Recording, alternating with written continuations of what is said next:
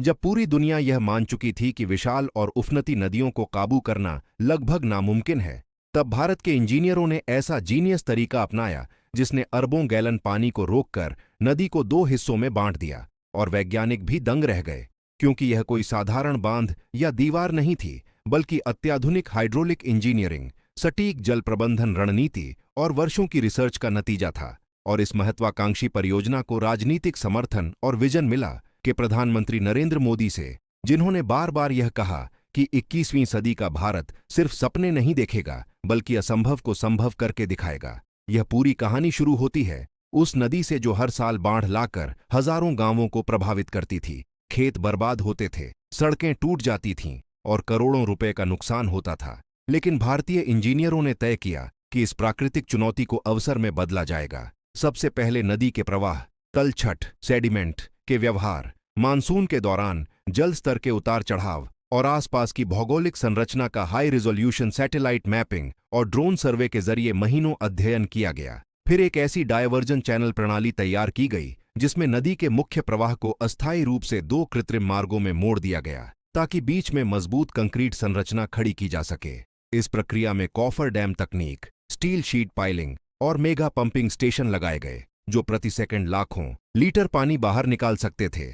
नदी को दो हिस्सों में बांटने का मतलब केवल पानी रोकना नहीं था, बल्कि उसके दबाव, वेग और दिशा को नियंत्रित करना था ताकि नीचे की ओर बसे इलाकों पर कोई खतरा न आए। इंजीनियरों ने कंप्यूटर सिमुलेशन के जरिए सैकड़ों संभावित बाढ़ परिदृश्यों का परीक्षण किया और फिर उस डिजाइन को फाइनल किया जो सबसे सुरक्षित और टिकाऊ साबित हुआ। इस पूरी प्रक्रिया के दौरान पर्यावरण विशेषज्ञों को भी शामिल किया गया ताकि जलीय जीवों और आसपास के पारिस्थितिकी तंत्र पर न्यूनतम प्रभाव पड़े। नदी के एक हिस्से को नियंत्रित कर जब मुख्य बैराज की नींव डाली गई तो वह इंजीनियरिंग का अद्भुत दृश्य था। विशाल क्रेन, हजारों टन कंक्रीट और 24 घंटे काम करती टीमें, जिनका लक्ष्य था रिकॉर्ड समय में संरचना तैयार करना। इस प्रोजेक्ट की खासियत यह रही कि पारंपरिक तरीके से जहां 8-10 साल लग सकते थे, वहीं मॉड्यूलर प्रीकास्ट तकनीक और ऑटोमेटेड स्लिप फॉर्मिंग सिस्टम के जरिए समय को लगभग आधा कर दिया गया। और जब आखिरकार दोनों हिस्सों को जोड़कर जल प्रवाह को नियंत्रित गेट्स के माध्यम से छोड़ा गया तो पहली बार नदी अनुशासित दिखाई दी। न अनियंत्रित बाढ़, न अराजक बहाव, बल्कि नियंत्रित, योजनाबद्ध और ऊर्जा उत्पादन के लिए उपयोगी प्रवाह। वैज्ञानिक इसलिए चौंक गए क्योंकि इतने विशाल जल दबाव को बिना किसी बड़े पर्यावरणीय संकट के संभालना आसान नहीं होता। लेकिन भारत के इंजीनियरों ने real time sensor network, AI आधारित फ्लड मॉनिटरिंग और ऑटोमेटेड गेट कंट्रोल सिस्टम लगाकर इसे संभव कर दिखाया। इस परियोजना से न केवल बाढ़ नियंत्रण में मदद मिली, बल्कि सिंचाई के लिए स्थायी जल स्रोत तैयार हुआ। लाखों हेक्टेयर कृषि भूमि को साल भर पानी मिलने लगा और साथ ही जल विद्युत उत्पादन से हजारों मेगावाट स्वच्छ ऊर्जा भी मिलने लगी, जिससे आसपास के औद्योगिक क्षेत्रों और शहरों को स्थिर बिजली आपूर्ति सुनिश्चित हुई। प्रधानमंत्री नरेंद्र मोदी ने उद्घाटन के दौरान इसे नए भारत की जल क्रांति बताया और कहा कि यह केवल एक संरचना नहीं, बल्कि आत्मनिर्भर भारत की दिशा में मजबूत कदम है, क्योंकि इससे ग्रामीण अर्थव्यवस्था को बल मिलेगा, रोजगार के नए अवसर बनेंगे और प्राकृतिक आपदाओं से होने वाले नुकसान में भारी कमी आएगी। इस पूरे मिशन में हजारों इंजीनियर, भूवैज्ञानिक, मशीन ऑपरेटर और मजदूर दिन रात जुटे रहे। कई बार मानसून की तेज बारिश और तेज धारा ने काम रोकने की कोशिश की, लेकिन अत्याधुनिक फ्लड बैरियर और इमरजेंसी रिस्पॉन्स सिस्टम ने हर चुनौती को मात दी। और जब अंतिम परीक्षण के दौरान अरबों गैलन पानी को नियंत्रित ढंग से रोका गया, तो कंट्रोल रूम में बैठे विशेषज्ञों की तालियों की गूंज इस बात का प्रमाण थी कि यह सिर्फ एक तकनीकी उपलब्धि नहीं, बल्कि राष्ट्रीय गर्व का क्षण था। आज यह परियोजना दुनिया के लिए अध्ययन का विषय बन चुकी है। कई विदेशी टीमें इसकी तकनीक को समझने और अपने देशों में लागू करने के लिए आ रही हैं, क्योंकि नदी को दो हिस्सों में काटकर उसे नियंत्रित करना केवल शक्ति का प्रदर्शन नहीं, बल्कि सटीक गणना, धैर्य और दूरदर्शिता का परिणाम है। और यही कारण है कि इसे 21वीं सदी की सबसे साहसिक जल इंजीनियरिंग उपलब्धियों में गिना जा रहा है, जहां विज्ञान, तकनीक और नेतृत्व एक साथ आकर वह कर दिखाते हैं जिसे कभी असंभव कहा गया था। दोस्तों, आगे बढ़ने से पहले आपसे एक छोटी सी रिक्वेस्ट है, हमारे YouTube चैनल को सब्सक्राइब जरूर करें, वीडियो को लाइक करें, कमेंट बॉक्स में अपनी राय और अपनी लाइफ से जुड़ी बात जरूर लिखें और इस वीडियो को अपने दोस्तों के साथ शेयर करना बिल्कुल ना भूलें, क्योंकि ऐसे ही बड़े खुलासे और इंजीनियरिंग की अनसुनी कहानियां हम आपके लिए लाते रहते हैं। अब कहानी को आगे बढ़ाते हैं। जब नदी को सफलतापूर्वक दो हिस्सों में डायवर्ट कर दिया गया और मुख्य संरचना खड़ी हो गई, तब असली चुनौती शुरू हुई जल दबाव के दीर्घकालिक संतुलन की, क्योंकि अरबों गैलन पानी को रोकना एक दिन का काम नहीं बल्कि सालों तक स्थिरता बनाए रखने की जिम्मेदारी है।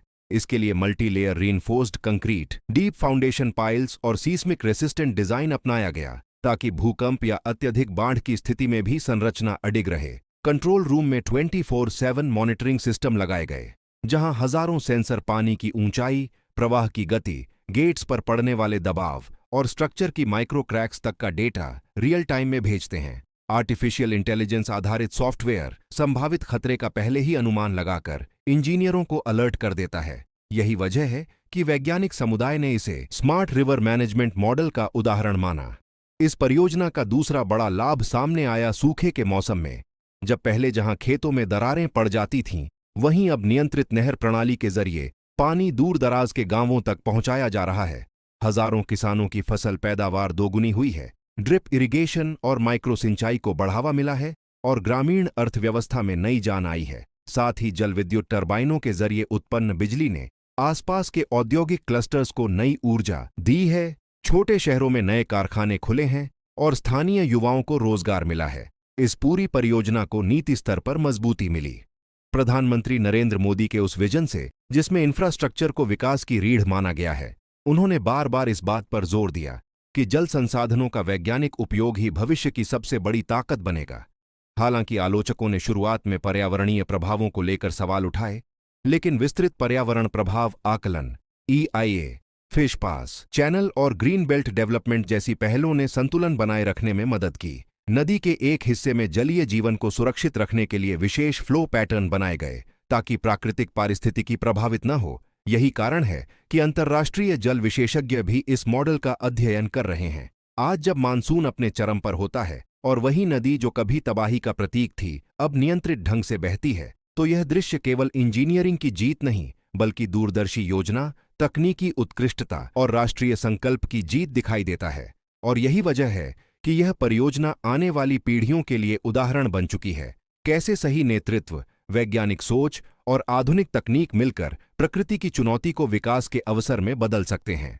अब बात करते हैं इस ऐतिहासिक परियोजना के तीसरे और सबसे अहम पहलू की, भविष्य की सुरक्षा और स्थायी विकास की। नदी को दो हिस्सों में बांटकर केवल पानी रोकना ही लक्ष्य नहीं था, बल्कि आने वाले 50-100 वर्षों तक जल संतुलन बनाए रखना असली चुनौती थी। इसके लिए automated flood gates, remote monitoring system और सैटेलाइट डेटा इंटीग्रेशन को जोड़ा गया ताकि किसी भी असामान्य स्थिति में तुरंत निर्णय लिया जा सके। कंट्रोल सेंटर से एक क्लिक पर पानी का बहाव बढ़ाया या घटाया जा सकता है, जिससे नीचे के शहरों और गांवों को बाढ़ से सुरक्षित रखा जा सके। इस मॉडल ने यह साबित कर दिया कि आधुनिक तकनीक के साथ प्रकृति को नियंत्रित नहीं बल्कि संतुलित किया जा सकता है। इस परियोजना से पर्यटन, मत्स्य पालन और स्थानीय व्यापार को भी बढ़ावा मिला है। जहां पहले हर साल तबाही का डर रहता था, वहीं अब वही इलाका विकास का नया केंद्र बन रहा है। प्रधानमंत्री नरेंद्र मोदी ने इसे नए भारत की इंजीनियरिंग शक्ति का प्रतीक बताया और कहा कि देश अब चुनौतियों से डरता नहीं बल्कि समाधान तैयार करता है। आज यह नदी केवल जलधारा नहीं बल्कि आत्मविश्वास, तकनीकी कौशल और राष्ट्र निर्माण की मिसाल बन चुकी है। और यही दिखाता है कि जब संकल्प मजबूत हो तो अरबों गैलन पानी भी विकास की राह में रोका जा सकता है, मोड़ा जा सकता है और देश की ताकत में बदला जा सकता है। जय हिंद।